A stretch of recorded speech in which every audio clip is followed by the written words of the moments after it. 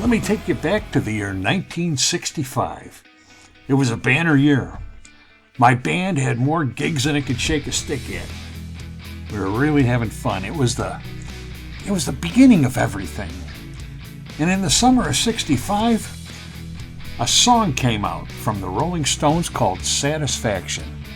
And my goodness, what an amazing song that was.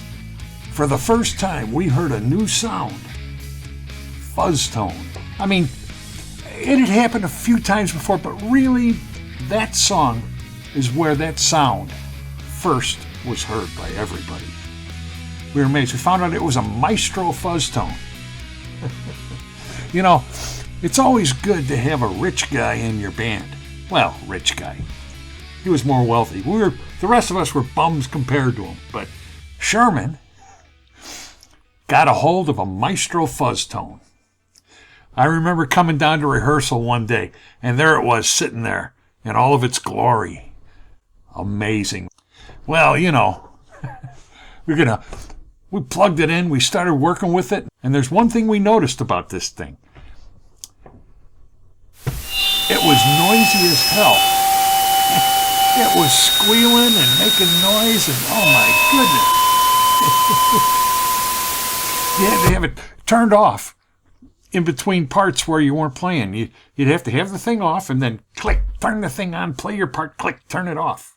Or there'd be squeal all through your piece. You know, you can see this in the actual song Satisfaction. Here, listen here.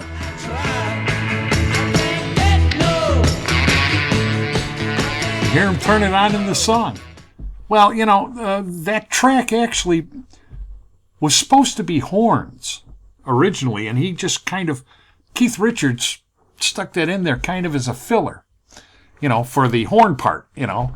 And his producer says, no, it's going out just like that. And they made it happen. And that, boys and girls, is how history gets made. It's organic.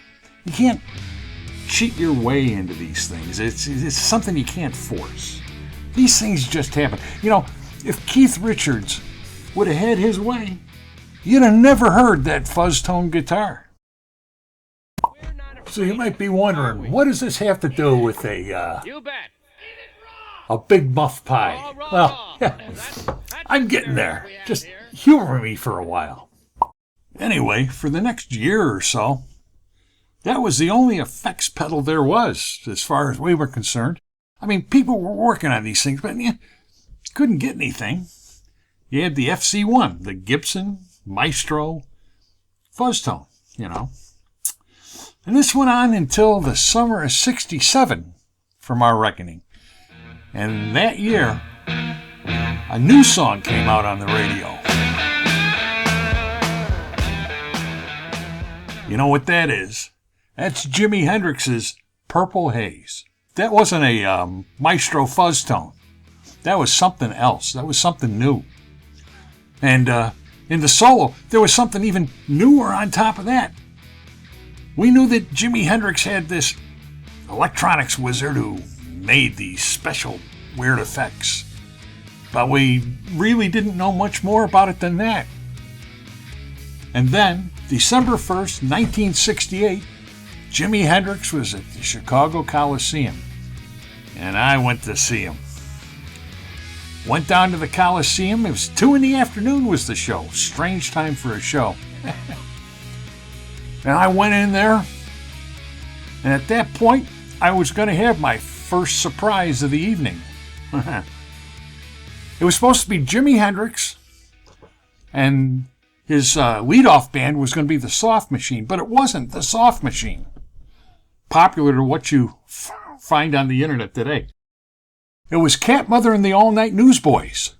Yeah, that was my first surprise. And then, so after Cat Mother got done playing, I wandered up to the stage because I had to take a look at this electronics wizardry that Jimi Hendrix was going to use. And down there by the microphone, as the roadies were setting up the equipment in between the two acts, I looked down and there was a Vox Wah-Wah. That's kind of new. I mean, that was just announced a couple months before this concert. And sitting next to it, I was expecting some sort of handmade weird thing, and instead this is what I saw. Right. A Mosrite Fuzzrite. Never heard of that at that time either, but, you know. And that's what he used for that concert. Now, in that Purple Haze song, I found later he probably used an Arbiter fuzz face, an early prototype Arbiter fuzz face out of England, and a thing called an Octavia, made by Roger Mayer, which was a frequency doubler. He'd use that in the solos. But at this concert, he used that Vox wah-wah, and he used that Mosrite Fuzzrite box.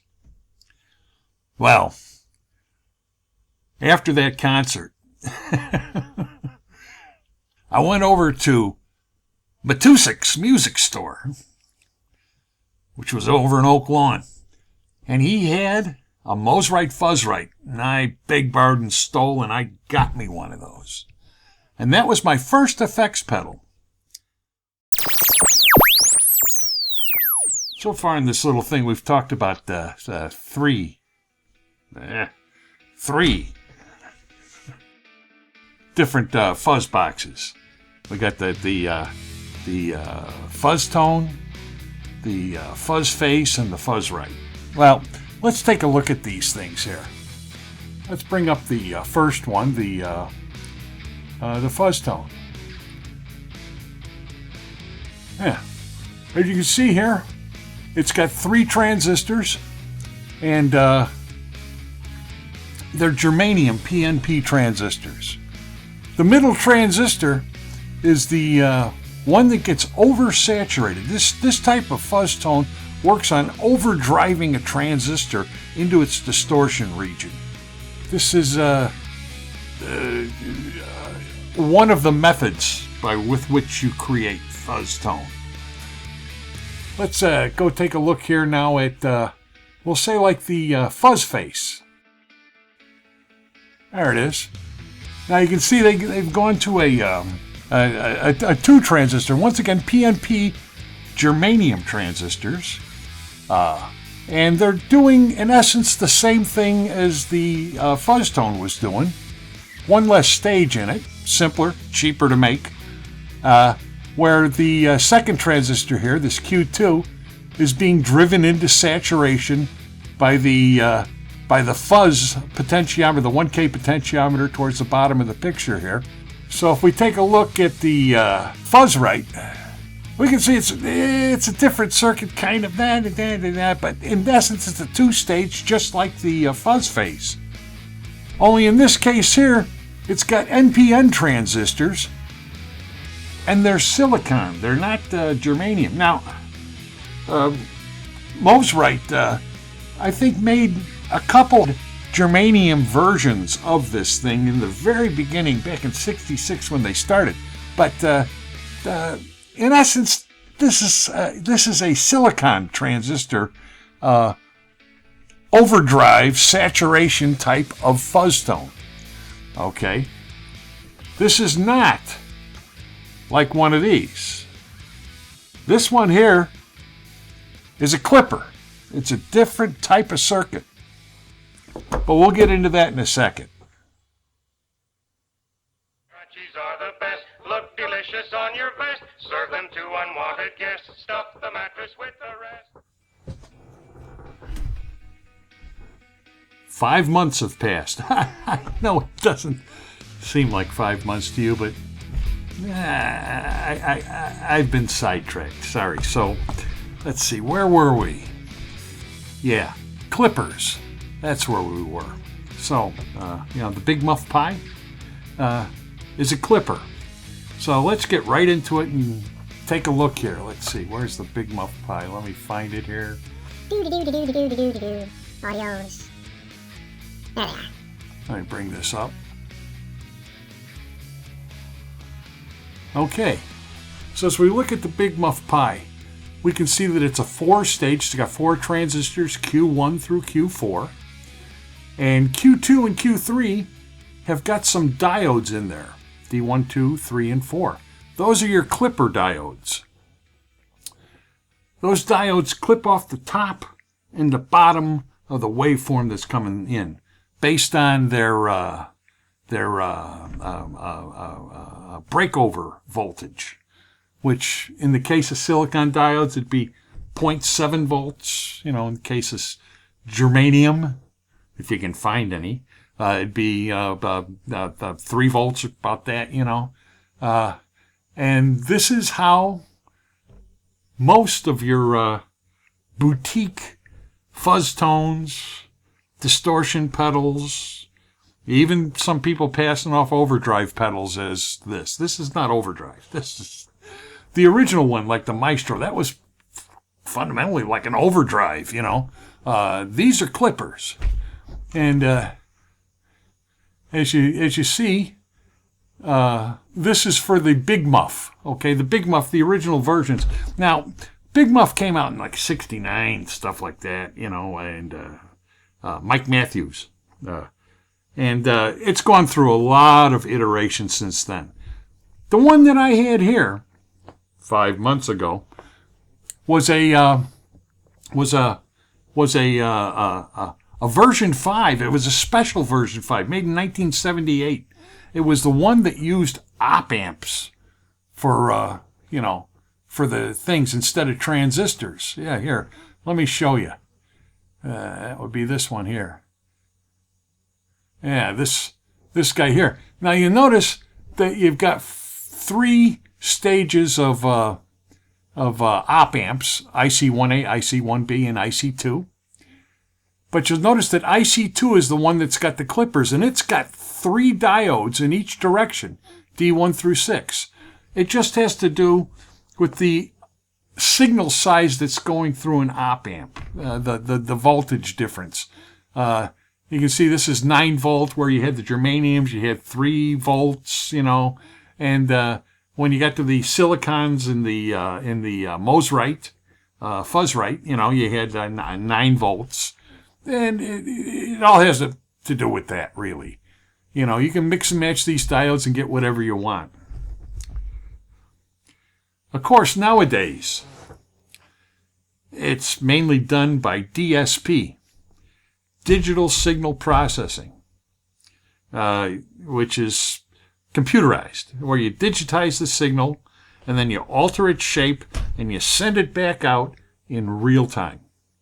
That's how a lot of the modern distortion pedals, overdrive pedals, delay pedals, effects pedals, choruses, blah, blah, blah, you name it. That's really how most of it's done,